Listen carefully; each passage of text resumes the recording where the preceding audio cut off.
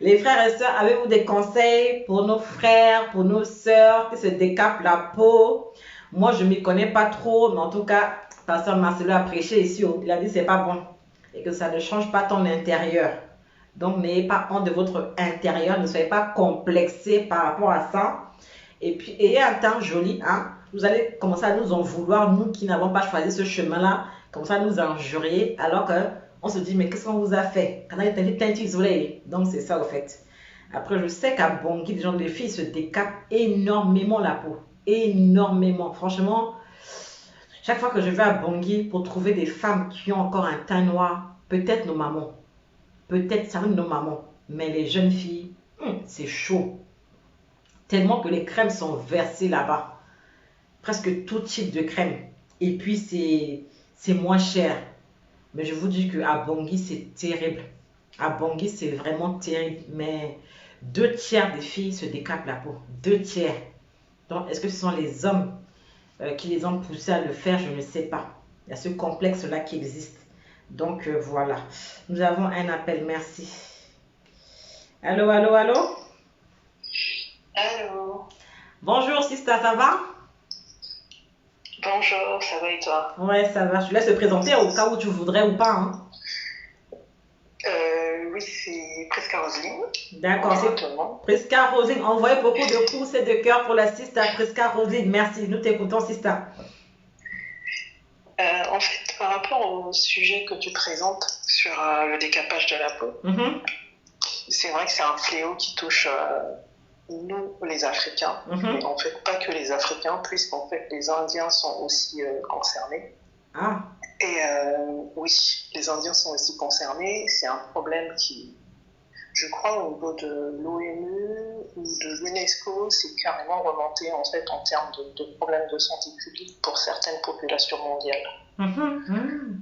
Ah oui. Et je me suis intéressée un peu à ça pendant un moment donné parce que on se demande pourquoi les gens veulent devenir clairs. Mhm.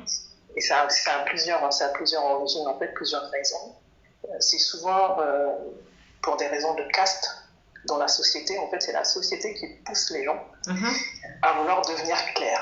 Parce que quand on regarde, quand on prend le cas de l'Inde, ce sont des cultures en fait où plus on est clair, mieux on est dans la société. Donc en fait, on est dans les castes typiquement.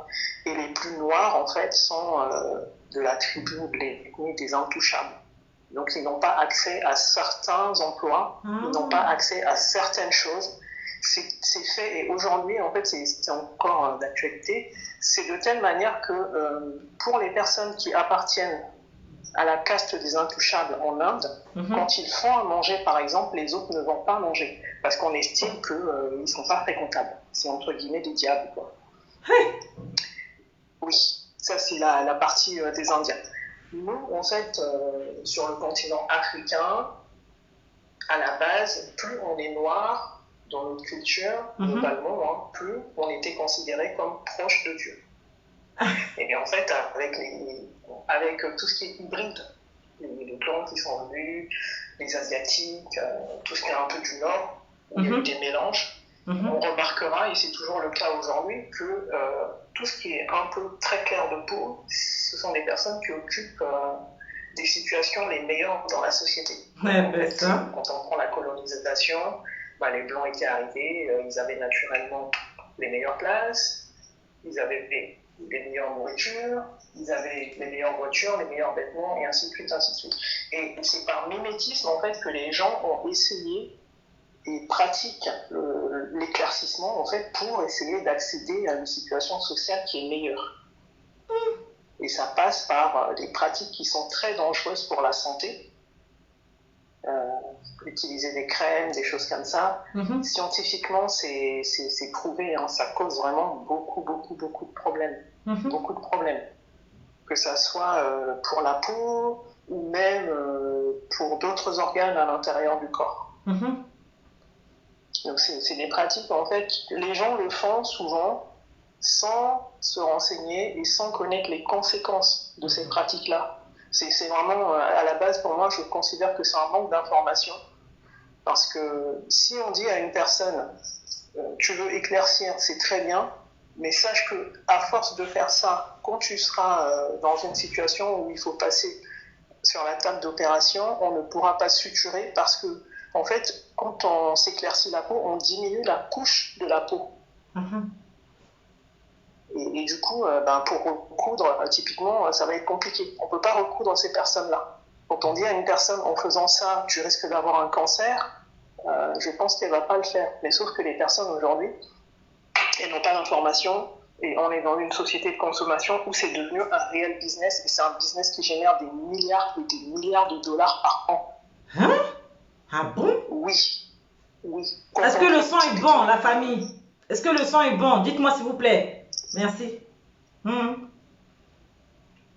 on prend au niveau de l'Afrique, le continent africain, tous les produits éclaircissants, il n'y a pas une marque africaine en fait. Ou alors elles sont très peu connues.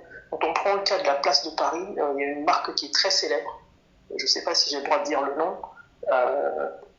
Là, je vais basculer en sango. À quelle marque ça? À quel juif là? À quel canne? Pharmacie à Kena, Strasbourg-Saint-Denis. C'est une pharmacie qui est très célèbre. Ça a commencé dans Enzo. Moi, j'ai été là-bas, on a H. Voilà. Et j'étais partie là-bas une fois pour acheter en fait des produits parce que j'étais dans les environs. J'ai pris un Doliprane, un truc comme ça, et du coup, il y avait une fille qui était là, on discutait. Et la propriétaire de cette pharmacie, elle m'a dit typiquement, et là je bascule en sango, le dernier, non les guetulo. Forcément, les guetulo, c'est une liée pharmacie. Et puis, walitimo les guetulo, parce qu'il y a ce qu'on dit à Kinjaso, à Kinayati business, à pour mettre Et là, je suis restée comme ça, je lui ai dit, ça rapporte tant que ça. Elle me dit, vous ne pouvez pas savoir à quel point. Oui. Et ils ont le monopole de cette marque-là, ils ont des ramifications dans tous les pays africains. Oui. Avant ça, en fait, avant les produits éclaircissants, c'était de l'hydroquinone. Aujourd'hui, l'hydroquinone est interdit en fait sur tout le continent européen, même américain. Et il est utilisé sous le manteau sur le continent africain. Et en fait, l'hydroquinone, c'est ce qui permet d'éclaircir très très très rapidement, mais qui comporte aussi le plus de risques. C'est-à-dire, tu vas voir des femmes barbues, parce que ça pousse en fait la génération d'hormones un peu masculines, et du coup, ça fait des femmes à barbe, quoi. Ouais. Et ici, ce qu'ils font maintenant, ils utilisent des extraits de plantes parce qu'il y a des plantes en fait qui permettent d'éclaircir la peau. Et ces plantes-là, on les trouve aussi chez nous quand on regarde les pygmées. Les pygmées sont naturellement clairs. Je ne vais pas vous donner le nom de la plante, mais à Bangui, par exemple, il y a des femmes qui n'ont pas les moyens d'acheter les produits pharmaceutiques qui vont dans la lobaye pour voir les pygmées et avoir ces feuilles-là. Donc là, c'est mieux ou pas? En fait, non, je ne vais pas dire que c'est mieux, c'est quelque chose qui pour moi, on ne doit pas le pratiquer parce que ça dérègle en fait le fonctionnement normal de notre peau. Si on est noir, pourquoi on est noir? Est-ce qu'on s'est déjà posé cette question? Non. Parce que les personnes qui font ces choses-là ne se sont pas posé la question. Pourquoi on est noir en fait? Sur le continent africain, il y a beaucoup de soleil. Et en fait, la mélanine protège naturellement la peau. Le fait de sécréter la mélanine, c'est ce qui fait qu'on est noir, on est très peu noir, on est marron, on est ébène. Et on va voir que dans les pays où il y a beaucoup de soleil, c'est là où les gens sont très très très foncés. On va prendre le cas du Sénégal, le cas du Mali, le cas du Soudan. Ce sont des personnes qui ont des carnations très foncées. Et ça leur permet de résister à cet environnement dans lequel ils vivent. Non, c'est pas le soleil qui les a cramés, quoi. Non, c'est pas le soleil qui les a cramés. Quand tu vois un bébé sénégalais qui naît, il est naturellement très ébène. Parce que c'est pas quelque chose de mauvais. Il faut qu'on se dise une chose. Pour ceux qui sont croyants, Dieu ne fait jamais rien au hasard. Amen. Voilà. Il nous a fait noir parce que c'est ce qui nous permet d'être à l'aise dans l'environnement dans lequel il nous a mis. Comme le gros nez là, c'est pour respirer. Et ben, c'est pour respirer et c'est certainement aussi pour autre chose. Je veux dire, on a deux yeux, pourquoi? C'est bien pour une cause. Si tu perds un œil, il te reste un œil. En tout cas. Et voilà. Et quand on va dans l'hémisphère nord de la planète, les gens sont là, ah oui, non, mais les blancs aux yeux bleus, ils sont bien. Mais oui, en fait, c'est scientifiquement prouvé aussi que les gens qui ont les yeux bleus, c'est adapté aux environnements où il y a moins de soleil. Ah. Et, oui, ils n'ont pas ça, dit ton son, bah, si fait un gouillapé. Nous, les humains, on peut rester là, on se dit, bah, j'ai pas faim, je mange. Mais oui, ok. Mais Dieu, il fait pas les choses au hasard. Amen. Il ne fait pas les choses au hasard. Donc aussi, il faut à un moment donné que dans nos communautés, et ça, il faut commencer dès le bas âge, à éduquer nos enfants, à leur dire qu'ils sont beaux tels qu'ils sont. Si nous sommes dans des familles croyantes, à dire, nous ne nous sommes pas créés tout seuls. Si Dieu il a fait les choses comme ça, c'est pour une cause et c'est parce que ça doit nous permettre à nous d'être bien tel qu'on est dans l'environnement dans lequel on est. Et ça s'apprend aux enfants dès le bas âge. Si des parents passent leur temps à décaper leurs enfants, par exemple à mettre des mèches toute l'année sur la tête d'une petite fille, elle n'a jamais vu ses cheveux, elle n'a pas appris à se coiffer toute seule. Après, quand elle arrive à la vingtaine, quand elle rentre en mariage, on va dire, ah oui, non, mais tu dépenses trop parce que tu es tout le temps dans les perruques. Oui, mais elle ne lui a pas appris à s'aimer elle-même. Ah. Voilà, certes, la société, elle est faite telle qu'elle est, parce que quand on regarde globalement le monde, on va dire l'Afrique, pour eux, ça n'existe pas, hein, c'est le continent où il y a le plus de misère. Et naturellement, les gens, qu'est-ce qu'ils font? Les mouvements migratoires, c'est tout le monde veut venir en Europe ou de l'hémisphère nord parce que c'est là où, entre guillemets, on estime que les gens vivent bien, ont accès à beaucoup de choses. C'est vrai. Mais est-ce qu'on est obligé de ressembler trait pour trait à nos congénères? Pas forcément. Non. Et surtout au risque de mettre en danger notre propre existence. C'est ça aussi. Et pour remédier à ça, dans la mesure du possible, parce que de toute manière, il y en aura toujours, il faut apprendre aux enfants à s'aimer eux-mêmes, à aimer ce qu'ils sont, à aimer qui ils sont, à aimer d'où ils viennent. Pour moi, c'est la seule arme. Et en plus de ça, c'est leur donner des bases scientifiques. Parce que moi, j'estime que Dieu, c'est la science. Amen. C'est les Africains, ils ont connu Dieu à travers la science. Ils n'ont pas connu Dieu à travers, on crie Amen, Amen, Amen. Il est Alléluia tout le temps, le pasteur, il est là à bourrer la tête des gens. Non. Quelqu'un qui aime vraiment Dieu, il va chercher la science, à comprendre pourquoi les choses sont comme ça. Il ne va pas rentrer dans des histoires de sectes où on est obligé de croire un homme qui dit quelque chose. Non, c'est prouvé. Dieu ne fait pas les choses au hasard. Mais si me parle. Oui. Oui, dis-moi. On dit que c'est en Afrique, c'est vrai que là-bas qu'il y a beaucoup de décapage, mais j'ai pas le taux du cancer de peau à Bangui, hein. Est-ce que vraiment cancer du poil à Banguizo, ça se manifeste comment? En fait, pour moi, c'est vrai qu'on montre beaucoup plus l'Afrique pour dire que c'est là-bas que cette pratique est plus répandue. Mais si on prend les choses statistiquement, je dirais que c'est plus sur le continent indo-asiatique que ça sévit le plus. Parce que moi, je me rappelle quand j'étais à Bangui, je ne sais pas si on a qui se souviennent, il y avait des petits tubes, je voyais ça sur les tatas, il y a une crème qui s'appelait Shirley. Ça venait de l'Inde. Et quand je suis arrivée en France, j'ai commencé à faire mes études. J'ai commencé un peu à regarder. Je voulais avoir cette crème-là parce que je trouvais qu'elle sentait bon. Finalement, je me suis dit, tiens, j'ai vu telle tata qui l'utilise, je vais essayer de l'avoir. Et où est-ce que je l'ai trouvée? Je l'ai trouvée dans des boutiques d'Indiens. Et quand j'ai regardé ce qui était dessus, et la dame qui vendait dans la boutique me dit, vous utilisez ça? Patrick connaît. Une tata qui utilisait ça. Et après, elle m'a dit, mais en fait, vous savez, chez nous, ce sont les personnes noires de peau qui l'utilisent.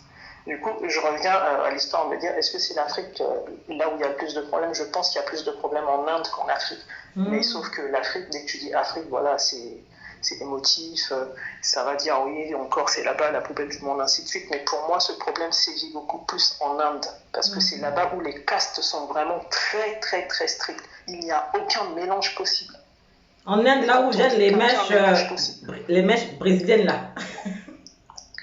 Oui, mais bon, les mèches brésiliennes, ça aussi, c'est autre chose. Mais On les a ici, mais eux là-bas, en fait, c'est une culture. Chaque année ou chaque, je sais pas combien de temps, tu vas aller couper tes cheveux, tu fais don dans un monastère. Et ils récupèrent ça, ils traitent, ils font des perruques, ils vendent. Enfin bref, c'est un autre truc. Les gens là-bas, ils donnent leurs cheveux naturellement. Ouais, les femmes ouais. et les hommes qui vont là-bas, ils donnent leurs cheveux et nous, on nous les vend. Tout à fait. Ouais, ouais, ouais. Ouais. Mais sur les statistiques de cancer de la peau, je ne les ai pas, mais en fait, c'est une conséquence possible de ces pratiques. Les personnes qui font ça sur des dizaines et des dizaines d'années, elles encourent ce risque-là. Et ça dépend aussi de la constitution de la personne. Il y a une personne qui peut faire ça pendant 30 ans, elle n'a rien. Et puis la personne qui va essayer de la suivre, au bout d'un an, tu peux choper un cancer. On est tous humains, mais on n'est pas forcément tous robustes de la même façon. Mais tu as une idée de la réparation? Par exemple, là, c'est une sister centrafricaine bien étrangère nous voir et qu'elle voudrait arrêter le décapage. Parce que beaucoup de quand tu commences, tu ne peux pas t'arrêter. Mais est-ce qu'on peut vraiment s'arrêter? Il y a des personnes qui arrêtent, oui. Mais en fait, il faut se faire suivre par un dermatologue. Ah oui, oui. Ah oui. Oui, il faut se faire suivre par un dermatologue parce que on va faire en fait un bilan pour voir la couche d'épiderme, hein. Est-ce qu'elle est beaucoup abîmée ou pas, et est-ce qu'il faut passer sous traitement médicamenteux ou juste des crèmes hydratantes, ça suffit. Mais déjà, la personne qui veut arrêter, qu'elle commence par ne plus utiliser ces crèmes-là, mais à utiliser des crèmes qui sont vraiment très hydratantes, et en parallèle, surtout voir un dermatologue. Parce que pour moi, ça relève de la maladie, en fait. Parce que pour arrêter, c'est pas facile. Il faut voir Il faut se faire aider. C'est une addiction, hein. En fait, c'est une addiction. Et pour se soigner, pour moi, il faut déjà à la base s'accepter. Parce que quand on s'accepte et quand on s'aime, on ne peut pas se faire du mal. Que quelqu'un d'autre vienne nous mettre une claque, on peut dire oui, ok, parce que ça peut être un accident, de la méchanceté. Mais par exemple, toi, tel qu'on te voit, est-ce que tu peux te lever, par exemple, et te mettre un coup de couteau? C'est pas possible. Non, pas encore. Sauf si je crois me suicider. Est-ce que tu peux te lever et te dire je vais mettre de l'eau de javel dans ma crème? Non, tu peux pas. Mais les personnes, par exemple, qui achètent des crèmes qui viennent du continent, il faut savoir qu'il y a des gens qui fabriquent des crèmes là-bas qui mettent de l'eau de javel. Du citron, tout ça. Oui, et le citron, c'est très dangereux quand on va au soleil, en fait. Mais les gens ne le savent pas, parce qu'ils n'ont pas cette culture scientifique. Quand tu mets du citron, par exemple, sur ta peau et tu vas au soleil, ça te rend photosensible. En fait, ça va te brûler. Ah, ça. Tu mets le citron, et si tu essayes un jour, tu te frottes le visage avec le citron, tu rinces et tu te mets au soleil, tu vas voir au bout d'un quart d'heure, tu vas avoir comme des petites piqûres. En fait, ça ne les aide pas. Ça ne les aide pas. Donc, pour moi, c'est la masse, en fait, pour nous, Africains, Centrafricains, c'est vraiment le manque d'information. Il faut vraiment s'informer sur tout ce qu'on utilise. Surtout quand c'est pour changer un statut, je suis noir, je veux éclaircir, et, ok d'accord, mais comment, quelles sont les conséquences sur la santé de la personne? Après, il y en a qui prennent même des comprimés aujourd'hui, comprimés, des injections, tout ça pour avoir des dépôts à la Jennifer, je ne sais pas quoi, à Beyoncé quoi. Les injections, c'est aux États-Unis. Mais en Côte d'Ivoire aussi, je crois qu'ils sont passés à l'état, eux, c'est les comprimés, en Côte d'Ivoire. Oui, parce que avant, en fait, on remarquait ces personnes-là au niveau des phalanges, des mains. On voyait tout de suite qu'en fait, au niveau des articulations, c'était beaucoup plus foncé.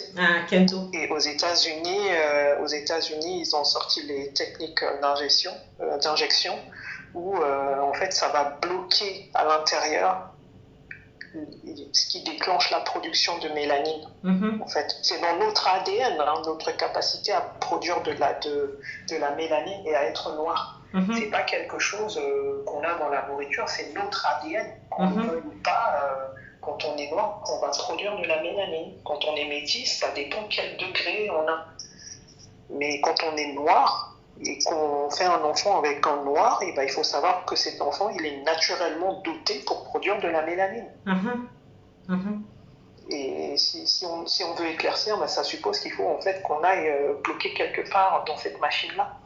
Et il y a toujours des conséquences. Quand on refuse de laisser la nature suivre son cours, il y a toujours des conséquences. Et les mauvaises, enfin, les odeurs, hein, comme on dit tout à l'heure là, à la foussée. Hein.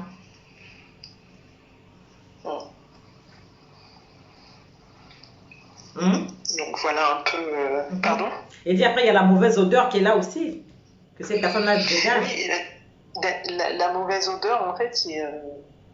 Pour ceux qui sont intéressés, vous tapez par exemple sur Google coupe de l'épiderme, vous allez voir, en fait, vous aurez des photos de dissection de la peau où on va vous mettre les différentes couches de la peau. Et en fait, ce qui se passe, c'est que quand on met des produits éclaircissants, à force de mettre ces produits-là, en fait, on enlève la couche supérieure qui est censée protéger notre peau. Et les couches qui sont inférieures, en fait, elles sont pas censées être à l'air libre. Et du coup, une fois qu'on a enlevé la protection, bah oui, la peau, elle est brûlée. Et puis, ça sent un peu le cochon, quoi. D'accord. Des fois, ça sent le cochon, des fois, ça sent le poisson. C'est vraiment des odeurs qui ne sont pas agréables. Hein. Non, du tout, du tout. Et ça sent ça de loin. Ça sent de très loin. Dès que tu ouvres la porte de la personne, en fait, tu sens l'odeur, quoi. Imagine un peu sa garde-robe et tout ça, quoi. Hein. Et puis, il y a des hommes qui dorment dedans, hein. Quand même, vraiment, il y a quoi. Mais en Afrique, les dermatologues sont rares. En Afrique, les dermatologues sont rares. Là, c'est quelqu'un qui est en Afrique que nous voit. C'est quoi la solution? Est-ce que tu as une idée ou pas? Une personne qui veut arrêter, qui veut voir un dermatologue. Voilà, en Afrique, on n'a pas beaucoup ça. Hein. Les dermatologues, c'est difficile. Hein. Après, en Afrique, je ne connais pas. Bon, mais donc, à Bangui.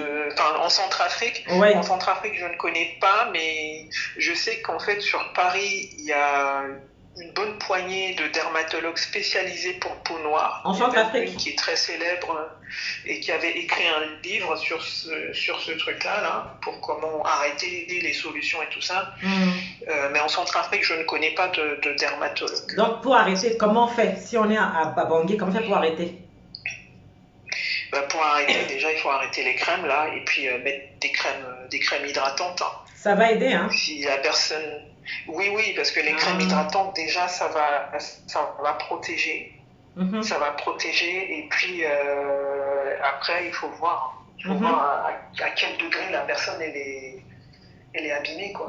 Mais pour moi, déjà, sans voir un dermatologue, il faut vraiment mettre une crème hydratante ou des beurres végétaux, par exemple. Mais le karité, balawa par exemple, quand tu mets et que tu vas au soleil, tu noircis. Non, c'est pas bon alors. Vu qu'elle est abîmée, la peau de la personne, faut pas trop. Ou alors si elle met le beurre de karité, après il faut qu'elle mette des manches en coton par exemple. Ah, donc balawa, mon frère, mon cité à Guigui dans mon coin. Hein. Dans un premier temps. Ah oui. Moi, quand je veux noircir bien comme il faut, je me mets une bonne couche et je me mets au soleil. Hein. Eh, donc ça là encore, avec ça, Guinada alors. Ou ça, Bilangwana, na Non, mais tu sais, bon, après tu me diras, ici, on est à l'intérieur, on sort pas trop, on ne s'étale pas. Mais ça, c'est l'astuce. Les gens qui veulent revenir de vacances et montrer la trace de la montre ou des tongs à leurs collègues pour dire... Ashmona, tu écoutes hein, la recette. Ashmona, toi qui veux être noir et belle, là, voilà la recette. Oh bah ouais, waouh. Donc voilà, l'astuce. D'accord. Maftati Balawa. Ok, waouh. Ben, merci pour cette astuce-là en question. Ça va aider nos sisters qui sont en France et qui veulent noir et belle. Je pense que même un médecin généraliste en Centrafrique peut aider les personnes qui veulent arrêter. Hein. Elles peuvent. Oui, parce normalement, nos généralistes là-bas, de ce que j'avais entendu dire, ils sont un peu plus calés que les généralistes ici, parce que comme là-bas, en fait, ils sont un peu en mode médecine de guerre, il n'y a rien du tout, ils ont vraiment les fondamentaux. Alors qu'ici, certes, ils sont médecins, mais ils ont tellement des bouquins, des aides à portée de main que certains fondamentaux, ils font l'impasse dessus. Quoi. D'accord, ok. Eh ben ça, c'est du boulot, hein. Bien, ce sont les hommes qui nous poussent là. Ce sont les hommes, tout ça, c'est, voilà. Il faut souffrir pour être belle. Tout ça, ce sont les hommes qui nous poussent à faire ça. Là. Bon, après, pour dire que ce sont les hommes qui poussent à faire, c'est pour ça que tout à l'heure, j'ai mis en commentaire, c'est pas forcément les hommes. Tu sais, quand on est une femme ou quand on est un homme, il faut savoir déjà ce qu'on est et ce qu'on veut. Pourquoi on est avec la personne. Si je rencontre un homme aujourd'hui qui me trouve noir et qui m'a accepté noir, pourquoi au bout d'un an il va me dire mets ça pour devenir clair? Pourquoi il n'a pas épousé une blanche ou une métisse? Il faut savoir aussi des fois s'affirmer, surtout quand il y a des conséquences négatives. Ça ne veut pas dire qu'il faut mal parler à la personne, mais peut-être qu'il faut éduquer cette personne-là. Ça se trouve, elle ne sait pas. Il faut lui dire, tu sais que si je mets ça, tu vas de... Bon, la moitié, bon, moi. Il faut lui dire les choses clairement, oui. Oui, si bon, la moitié, odeur. Ça, oui, bah écoute, tu lui ramènes un raban dans le lit, il dort avec ça pendant 2 jours, et puis toi, tu dors au salon. S'il supporte l'odeur, ok, il n'y a pas de souci. Tu me files l'argent, et puis on va voir. Et puis moi, j'irai au champ prendre du Mixa et si tu me demandes pourquoi j'éclaircis pas, je dis que ça n'a pas marché. Je prends l'argent, j'achète mes hectares de terrain au pays, je fais mes champs là-bas, c'est tout. Mais vraiment. Eh ouais. Non, il faut savoir s'affirmer et surtout expliquer les choses. Parce que des fois, il y a des personnes qui demandent des choses, ils se disent juste ça fait joli. Mais ils ne savent pas les en dessous, en fait. Aujourd'hui, on a l'impression que c'est juste un phénomène de mode, mais pour moi, c'est un vrai fléau. Même mon teint marron là. Tu connais pas les en dessous, hein, monsieur qui me drague là. Faut payer pour ça, hein. Tout ça là, il y a les en dessous de ça là, les en bas, tout ça là. Il faut en prendre soin, hein. Toi qui veux de moi là, tu peux payer, tu peux. Même pour être marron et noir là aussi, c'est du boulot, hein, Prisca. Mais pas autant que les autres, hein, mais bon, faut prendre soin de soi. Il faut s'entretenir. Il vaut mieux être noir ou marron avec un teint éclatant, c'est-à-dire un teint lumineux qui est bien, que de s'éclaircir en fait et d'être Coca-Fanta et d'être obligé de mettre une tonne de maquillage, quoi. On est tous beaux tels que Dieu nous a créés, il faut juste savoir se mettre en valeur. La tonne de maquillage là. Quand tu embrasses quelqu'un qui a une chemise blanche, tu portes un bonnet blanc comme ça là, tout est marron, je n'ai à salir complètement. Même quand les gens vont se marier là, tu vois la tonne de maquillage, tu te dis bon, la mariée se démaquille avant de passer à l'acte ou bien elle y va quand même, elle se démaquille le matin, mais il y a tout ça. Bah oui. Blaisir dit restez soi-même. Femme là, que c'est ça là quand même que vous n'aimez pas là. C'est vous les hommes là. C'est vous qui nous poussez aussi. Mais bon, pour ce qu'a dit, il faut s'affirmer et puis voilà, c'est ça. Il faut s'affirmer. Oui, il faut s'accepter. Il faut s'accepter tel qu'on est. Je veux dire, en tant qu'Africain, on a déjà beaucoup de problèmes. Donc évitons d'en rajouter s'il vous plaît. On a déjà beaucoup de problèmes d'identité. Si on peut éviter de nous faire encore mal avec d'autres produits. Non. Ça aiderait. Merci beaucoup. C'est ça. Merci beaucoup. Voilà. Je vais laisser la place à d'autres. C'est gentil. Merci pour tous ces conseils là. Vraiment, on sent que tu es calé quoi. Merci. Porte-toi bien. C'est très gentil. Merci et bonne soirée à tout le monde. Merci. Bye. Envoyez beaucoup de pouces, de cœurs, de likes pour la sœur Prisca Roseline. Envoyez aussi des étoiles, hein. La page est étoilée comme ça, là. Hein? La page est étoilée comme ça. Hein? La page est sponsorisée. Hein? Et un frère qui a essayé d'appeler, tu peux rappeler. Hein? Maintenant que l'assiste a raccroché, tu peux rappeler, me dire comment tu sens les odeurs chez l'autre là-bas. Il y a 2 appels en même temps. Il y a Michaela et il y a Blaisy.